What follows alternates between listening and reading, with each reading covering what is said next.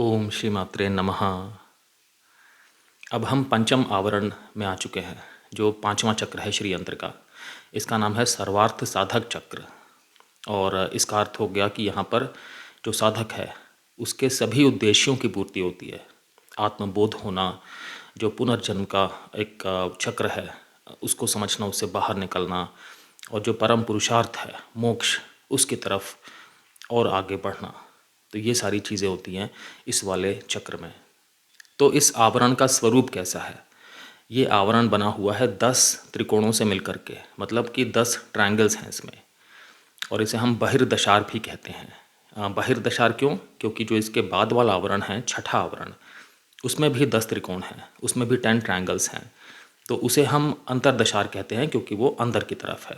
जैसे जैसे हम पहले आवरण से 9वें आवरण की तरफ जा रहे हैं तो वो अंदर की तरफ है। ये वाला जो 5वां है ये बाहर की तरफ है, इसे हम बहिर्दशार कह रहे हैं। तो जो 10 त्रिकोण हैं उनमें से हर एक त्रिकोण में एक शक्ति विराजमान है, और हर एक त्रिकोण जो है वो एक प्राण का भी प्रतिनिधित्व करता है। कुल 10 प्राण के बारे में यहाँ पर बात करूँगा मैं आपसे। 5 तो मुख्य प्राण हैं और 5 जो हैं वो उप प्राण हैं। तो ये वाला जो आवरण है, इसमें जो चक्र नायिका हैं, जो चक्रेश्वरी हैं, उनका नाम है त्रिपुराश्री। और जो यहाँ पे योगिनियाँ हैं वो हैं कुलोत्तीर्ण योगिनी। कुलोत्तीर्ण का क्या अर्थ हो गया? ये कुलोत्तीर्ण योगिनियाँ जो हैं ये गुरु और शिष्य के बीच में आध्यात्मिक ज्ञान का संचार करेंगी। एक गहन संवाद स्थापित हो पाएगा गुरु और शिष्य के बीच में। तो शिष्य को फिर गुरु से जो भी सारा का सारा गूढ़ ज्ञान है वो सरलतापूर्वक मिलेगा, शिष्य को अनुभव होंगे। तो ये जो कुलोत्तीर्ण योगिनियाँ हैं, इनका अनुभव हम अपनी इंद्रियों द्वारा नहीं कर सकते, ना छू करके, ना देख करके, ना सुन करके, इस तरह से नहीं कर सकते। इनका जो अनुभव है उसके लिए हमें जो भी गुरु की बताई शिक्षा है, जो गुरु का बताया मार्ग है, उसमें जा करके, मतलब आत्म साक्षात्कार करके, अंतर्मुखी हो करके और ध्यान करके, जो भी उपासना बताएंगे उस तरह से फिर कुलोत्तीर्ण योगिनियों के साथ में साक्षात्कार हो सकता है, अनुभव हो सकता है। और ये साधक को पूरी तरह से मदद करती हैं कि साधक आत्मबोध की तरफ बढ़े, शिव ज्ञान की तरफ बढ़े, जो एक परम उद्देश्य है मोक्ष, उसकी तरफ बढ़े, उस अवस्था की तरफ बढ़े जहाँ पर कि ज्ञाता, ज्ञान और ज्ञेय के बीच का भेद मिट जाता है। ज्ञाता मतलब कि जो जानने की इच्छा रखता है, जैसे कि मैं। ज्ञेय मतलब कि जिसके बारे में जानने की इच्छा रखता है, कोई भी वस्तु या कोई भी विषय। और ज्ञान मतलब कि जो एक तरह से जो जानकारी है, जो कि एक विषय है, जो कि साधन है किसी भी चीज़ को जानने का। इनके बीच में जो भेद है जब वो मिट जाएगा तो फिर इसका मतलब है कि जो साधक है वो शिव शक्ति के साथ में विलीन होने की जगह पर पहुंच चुका है, एकाकार होने की जगह पर पहुंच चुका है। तो कुलोत्तीर्ण योगिनियाँ इस पूरी की पूरी चीज़ में मदद करती हैं साधक की। और कुलोत्तीर्ण का और भी मतलब हो गया, कुल का मतलब हो गया ज्ञान का समूह, उत्तीर्ण का मतलब हो गया वृद्धि। तो कुलोत्तीर्ण योगिनियाँ साधक के ज्ञान में भी वृद्धि करती हैं, उसी ज्ञान में, मतलब कि जो ज्ञान साधक को परम चेतना में विलीन होने में अग्रसर करेगा, उसका मार्ग जो है वो पूरी तरह से सुगम करेगा।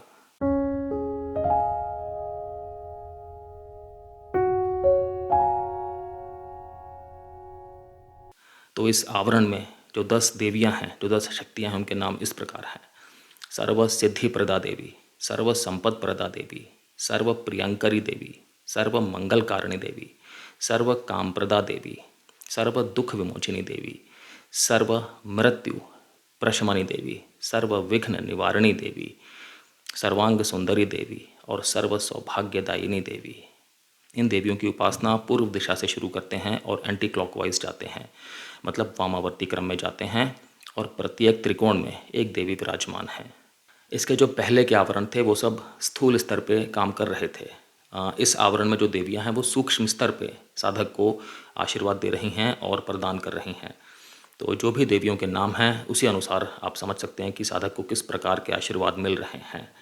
सर्व काम प्रदायनी का अर्थ हो गया कि सभी तरह की जो साधक की डिज़ायर्स हैं, जो साधक की इच्छाएं हैं साधना मार्ग में आगे बढ़ने से संबंधित, उन्हें पूरा करेंगी। सर्व मृत्यु प्रशमनी में अमृतत्व की तरफ भेजेंगी, जो मृत्यु से संबंधित साधक के अंदर जो भी चिंताएं वगैरह हैं उन्हें दूर करेंगी, ज्ञान प्रदान करेंगी। इसी प्रकार से जो हर एक शक्ति का नाम है सर्व सिद्धि प्रदा में साधक को सिद्धियाँ मिलेंगी कि वो अपने ज्ञान मार्ग में, आत्मबोध के मार्ग में, शिव तत्व की प्राप्ति में आगे बढ़े। सर्व दुख विमोचनी में साधक के दुख खत्म होंगे, सर्व विघ्न निवारणी में साधक के जो विघ्न हैं उन सब का निवारण होगा कि साधक जो है वो सुगमता से, समझदारी से, बिल्कुल ठहराव के साथ आगे बढ़ सके साधना मार्ग में। तो ये जो सारी की सारी देवियाँ हैं ये साधक को पूरी तरह से गुरु के संसर्ग में रखेंगी। गुरु का जो भी ज्ञान है वो साधक समझ सके, उस चीज़ में पूरी तरह से साधक की मदद करेंगी। क्योंकि जो शिव की प्राप्ति है, जो शक्ति की प्राप्ति है, जो ज्ञान है, वो किसी न किसी ज़रिए से ही साधक को मिलता है और वही है गुरु। तो शिव स्वयं गुरु के रूप में आ जाते हैं। इसी आवरण से शिव ज्ञान की जो प्राप्ति है उसका भी आरंभ होता है। शिव में एकाकार होने के लिए शिव ज्ञान की प्राप्ति बहुत ज़रूरी है। और शिव ज्ञान कौन प्रदान कर सकती हैं? सिर्फ माँ ललितांबिका ही प्रदान कर सकती हैं। तो उनका नाम भी तो ललिता सहस्त्रनाम में है, शिव ज्ञान प्रदायिनी। तो शिव ज्ञान प्रदायिनी का अर्थ हो गया कि शिव को साधक जब समझ पाएगा, जब वो एक तरह से परम तत्व को समझ पाएगा, परम ब्रह्म को समझ पाएगा, तो समझते ही वो लीन हो जाएगा। और रामायण में भी कहा गया है कि जिस तरह से हम हवा को तभी समझ पाते हैं कि जब हवा के हमें थपेड़े लगते हैं, जब हम अग्नि को तभी समझ पाते हैं जब अग्नि का ताप हमें पता लगता है, उसका अनुभव होता है। उसी प्रकार से जब हमें शिव से साक्षात्कार करना है तो हमें शक्ति के ज़रिए ही जाना है। कश्मीरी शैव दर्शन के अनुसार भी जो शिव का चैतन्य स्वरूप है उसे शक्ति की कृपा के बिना नहीं जाना जा सकता। तो शक्ति की कृपा तभी होगी जब हम शक्ति उपासना करेंगे, जब हम पराभट्टारिका माँ ललिता त्रिपुर सुंदरी की शरण में आएंगे, श्री यंत्र की उपासना करेंगे, तभी हमें शिव ज्ञान की प्राप्ति होगी। तो जो ये वाला आवरण है ये हमें शिव ज्ञान की जो प्राप्ति है उसकी तरफ में बढ़ाता है। एक चीज़, एक सिद्धांत समझना ज़रूरी है कि जो हमारा मन है वो बहुत व्याकुल हो जाता है अगर हमारे मन में बहुत ज़्यादा नकारात्मक विचार आना शुरू हो जाएं। तो जो नेगेटिव थॉट्स हैं वो हमारे मन को व्याकुल कर देते हैं, मन को अधीर कर देते हैं, चिंतित कर देते हैं, तनावग्रस्त कर देते हैं। मन के इस तरह से व्याकुल होने से क्या होगा कि जो हमारी सांसें हैं, जो हमारे श्वास और प्रश्वास हैं, उनकी गति भी तेज हो जाएगी, अनियंत्रित सी हो जाएगी। अब उससे क्या होगा? उससे होगा कि हमारे जो प्राण हैं वो विचलित हो जाएंगे। तो पहले के ज़माने में, पहले के समय में क्या होता था कि लोगों के अंदर ये वाला ज्ञान था, ज़्यादातर लोगों में, कि दीर्घ श्वास करके हम अपने जो प्राण हैं उनको स्थिर कर सकते हैं। मतलब कि गहरी सांस लेकर के हम अपने प्राणों की जो व्याकुलता है उसे कम कर सकते हैं। उससे हमारा फिर मन भी जो है वो स्थिर होगा और जो नेगेटिव विचार हैं जिनकी वजह से मन व्याकुल हुआ था वो फिर हटेंगे। तो ये चीज़ थी पहले के समय में, और अभी भी लोगों को ज्ञान है, लेकिन अब ये ज्ञान कम हो गया है जिस तरह से हम आधुनिक जगत में आगे बढ़ते जा रहे हैं। अब लोग इतना प्राणायाम वगैरह नहीं करते। प्राणायाम का अर्थ क्या हो गया कि हम अपने प्राणों को एक तरह से स्थिर कर रहे हैं, संतुलन में ला रहे हैं अपने श्वास प्रश्वास द्वारा। तो हम इस तरह से सांसें ले रहे हैं कि हमारे जो प्राण हैं वो स्थिर हो रहे हैं, जिसकी वजह से हमारा मन भी फिर व्याकुल नहीं हो रहा, स्थिर हो रहा है। और यही वाली जो एक अवस्था है ये चाहिए होती है। मॉडर्न मेडिकल साइंस जो है, आधुनिक चिकित्सा विज्ञान, इसमें सारी की सारी जो जोर है वो एक तरह से स्थूल शरीर को दिया जाता है, जो प्रत्यक्ष शरीर है, जो फिजिकल बॉडी है, कि उसके अंदर क्या चीज़ें हो रही हैं और उस हिसाब से डायग्नोसिस करते हैं, इलाज करते हैं। लेकिन जो एक तरह से हमारा यौगिक विज्ञान है उसमें थोड़ा सा सिस्टम अलग है। वहाँ पर प्राण को मुख्य माना जाता है कि जो प्राण है, जो प्राण की शक्ति है, उसी के ज़रिए पूरा का पूरा शरीर संचालित है। प्राणों की शक्ति से ही हमारे सारे अंग प्रत्यंग काम कर रहे हैं। जो हमारे मुख पे आभा है, तेज है, जो हमारी आँखों में दर्शन शक्ति है, जो हमारे कानों में श्रवण शक्ति है, जो हमारी नासिका में घ्राण शक्ति है, हमारे उदर में पाचन शक्ति है, जो हमारे मस्तिष्क में सोचने की शक्ति है, वो सब कुछ इसीलिए है क्योंकि हमारे प्राण हमारे शरीर में संचालित हैं। प्राण ही इन्हें वो शक्ति दे रहे हैं, प्राण ही क्रियाशील बना रहे हैं। प्राण हमारे शरीर के कण कण में विद्यमान है। यदि प्राण नहीं तो कुछ नहीं, जीवन नहीं। आप ये समझिए कि हमारी इंद्रियां तो एक तरह से शयन भी कर लेती हैं, विश्राम भी कर लेती हैं, लेकिन हमारे प्राण हमेशा ऊर्जावान रहते हैं। हमारे प्राण जो हैं वो हमेशा कार्यान्वित ही रहते हैं। छांदोग्य उपनिषद में एक तरह से अच्छी तुलना बताई गई है कि जिस तरह से एक पक्षी है, उस पक्षी को आपने एक डोर से बांध दिया और अब वो पक्षी जो है विचरण कर रहा है आकाश में, लेकिन डोर से बंधा हुआ है ना, तो हर जगह विचरण करके फिर वो वापस अपने मूल स्थान पे ही आ जाता है। तो इसी प्रकार जो है वो मन और प्राण का संबंध है। मन हो गया पक्षी और प्राण हो गया कि जो मूल स्थान है जिससे कि वो पक्षी बंधा हुआ है। तो मन भी हर तरफ विचरण करके फिर प्राणों के पास ही आ जाता है। तो मतलब यहाँ पे हम ये समझ रहे हैं कि प्राण के ज़रिए मन को कंट्रोल किया जा सकता है। यहीं पे प्राणायाम की बात आ जाती है। यदि हम अपने प्राणों को स्थिर करेंगे, अपनी श्वास प्रश्वास को पूरी तरह से नियंत्रित करके, उससे हमारा मन भी जो है वो स्थिर होगा। यौगिक विज्ञान के हिसाब से जो हमारा शरीर है वो 5 कोशों से मिलकर बना होता है। अन्नमय कोश, प्राणमय कोश, मनोमय कोश, विज्ञानमय कोश और आनंदमय कोश। तो यहाँ पे जो हमारा प्राणमय कोश है उसे हम एक तरह से संतुलित कर रहे हैं, नियंत्रित कर रहे हैं प्राणायाम के द्वारा। क्योंकि यदि हमारा मन संतुलन में आ गया तो आप समझ रहे हैं कि उससे तो फिर हम सर्वस्व प्राप्ति की तरफ ही आगे बढ़ गए ना। क्योंकि मन का स्वरूप ही तो चंचल है, हमें मन को ही तो नियंत्रण में लाना होता है। यदि मन नियंत्रण में आ गया तो फिर तो ये एक ऐसा सारथी है कि जो आपके रथ को जहाँ चाहेंगे वहाँ मुड़ जाएंगे आप। जिस भी प्रयोजन की तरफ आप बढ़ना चाहेंगे आप बढ़ जाएंगे, यदि आपने मन को नियंत्रित करना सीख लिया तो प्राणों को स्थिर करना, प्राणों को व्याकुल ना होने देना श्वास के जरिए, यह है प्राणायाम। अब यहाँ पर मैं एक बात और बताता हूँ कि छांदोग्य उपनिषद में बहुत सुंदर और बहुत ज़्यादा एक वास्तविक कथन है कि जो यह जानता है कि कौन सबसे प्राचीन है, कौन सबसे श्रेष्ठ है, वो स्वयं सबसे प्राचीन है और सबसे श्रेष्ठ है। तो वस्तुतः प्राण ही सबसे प्राचीन है, सबसे श्रेष्ठ है, सबसे ज्येष्ठ है। तो ये बात सच है कि जो प्राण है वो देखा जाए तो अंतःकरण से भी ज़्यादा श्रेष्ठ है। तो प्राणों की महत्ता तो अपरंपार है। प्राण हैं तो हम हैं। तो इस वाले आवरण में जो प्राण हैं उनकी उपासना भी की जाएगी। प्राणों के बारे में भी एक तरह से साधक को ज्ञान बोध होगा। जो प्राण हैं ये प्राण वायु कहलाते हैं और ये एक तरह से जो सुपर कॉन्शियसनेस है, जो परम चेतना है, उसका ही प्रकट रूप है। तो ये जो पंच महाभूत हैं, अग्नि, जल, आकाश, वायु, पृथ्वी, उसकी जब एक तरह से व्यक्त चेतना के साथ में संयोजन हो जाता है तो प्राण की उत्पत्ति होती है। और ये जो प्राण हैं ये 2 कैटेगरीज़ में इनको हमने बांटा है। तो जो पहला है वो प्राण पंचक है, जो दूसरा है वो नाग पंचक है। प्राण पंचक में आते हैं प्राण, अपान, व्यान, उड़ान और समान। और नाग पंचक में आते हैं नाग, कूर्म, क्रकर, देवदत्त और धनंजय। तो प्राणों का जो स्रोत है, जो प्राणों का संचालन है, वो परम चैतन्य से ही हो रहा है, कॉन्शियसनेस से ही हो रहा है। और ये जो प्राण हैं इनके ज़रिए ही हमारा शरीर जीवित है, हमारी जो सारी की सारी नाड़ियाँ हैं वो काम कर रही हैं, हमारा जो भी एक आध्यात्मिक जागरण है वो हो सकता है, जो हमारे शरीर का संचालन है, जो हमारा स्वास्थ्य है, सब कुछ प्राणों के माध्यम से ही पूरा हो सकता है। अब मैं आपको प्राणों के बारे में बताता हूँ कि जो 5 प्राण हैं, जो 5 मुख्य प्राण हैं, वो क्या क्या करते हैं, कहाँ कहाँ पर हैं। तो जो पंच प्राणवायु में जो 5 मुख्य प्राण हैं उनमें जो प्रथम है उसका नाम है प्राण, और वो हमारे कंठ से हमारे हृदय के बीच में मुख्य रूप से वहाँ पर मतलब क्रियावान है। और किस तरह से हमारे फेफड़े काम करते हैं, हम किस तरह से सांस लेते हैं, किस तरह से हमारा हृदय कार्यशील रहता है, वहाँ पर जो है वो मुख्य काम है इनका, प्राणवायु का। इसके बाद आती हैं अपान। तो जो अपान प्राणवायु है वो हमारी नाभि से नीचे की तरफ वहाँ पर ज़्यादा कार्यशील हैं। और मुख्य कार्य क्या हो गया उनका कि जो मल मूत्र हैं, शुक्र है, जो अधोवायु है, जो गर्भ है, इन सब के एक तरह से निष्कासन में, इन सबको एक तरह से शरीर के बाहर धकेलने में, निकालने में। इसके बाद हो गई उदान प्राणवायु। तो ये हमारे कंठ से ऊपर हमारे जो सिर है वहाँ पर ज़्यादा कार्यशील है।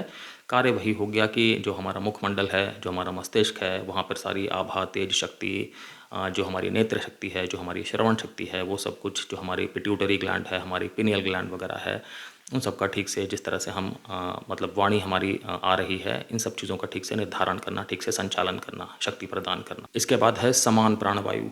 ये हमारे हृदय से हमारी नाभि के बीच में ज़्यादा सक्रिय होती है, ज़्यादा कार्यशील होती है। इसका जो मुख्य कार्य है वो हमारे पाचन तंत्र से संबंधित है। ये हमारी पैर की जो उंगलियां हैं वहाँ पर भी कार्यशील होती है।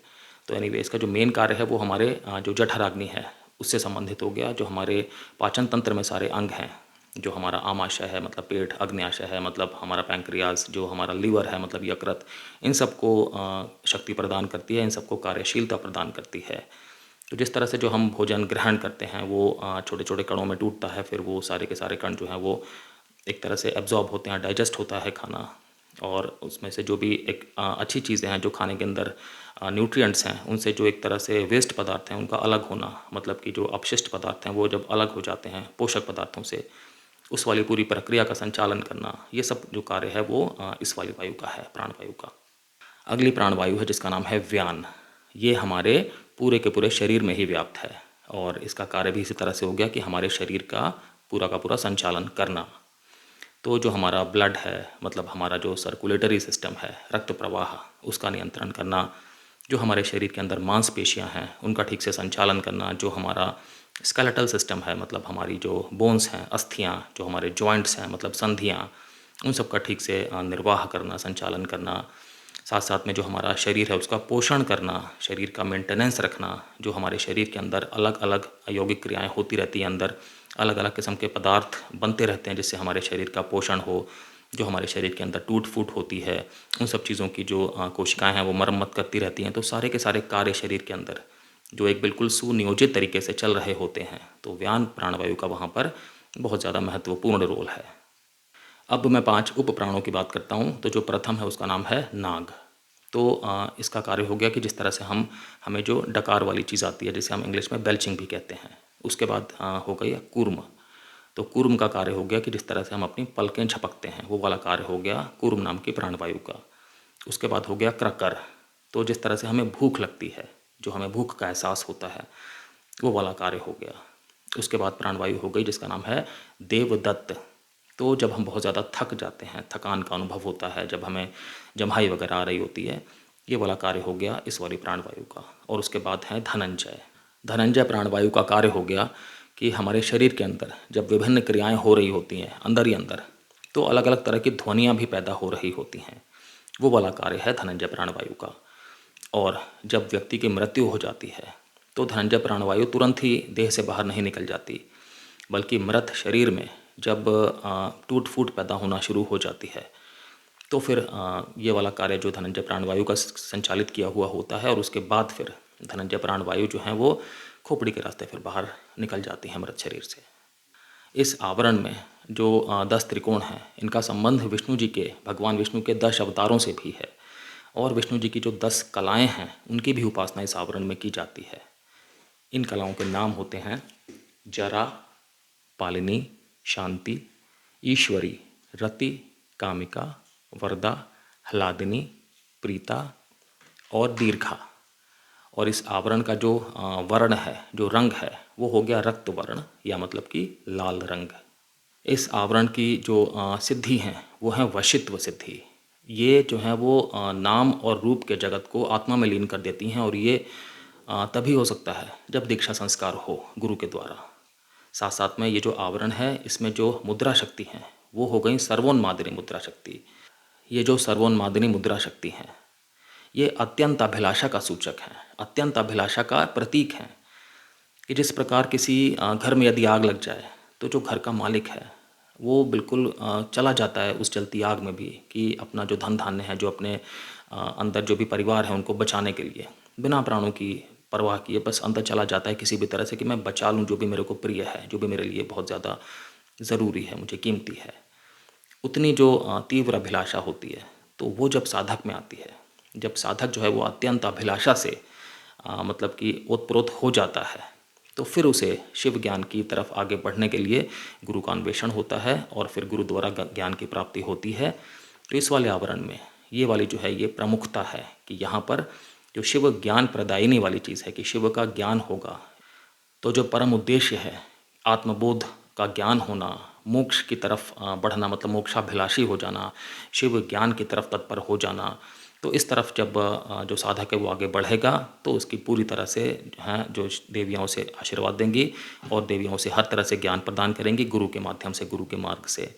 तो गुरु का संसर्ग जो है बहुत ज़्यादा ज़रूरी हो जाता है यहाँ पे। गुरु द्वारा जो भी आपको गहन ज्ञान मिल रहा है, जो भी आपको गूढ़ ज्ञान की प्राप्ति हो रही है, उसको समझना, उसका रसास्वादन करना, उस चीज़ को अपने अंदर पूरी तरह से समावेशित करना, और तभी जो है व्यक्ति वो फिर अगले आवरण की तरफ बढ़ता है।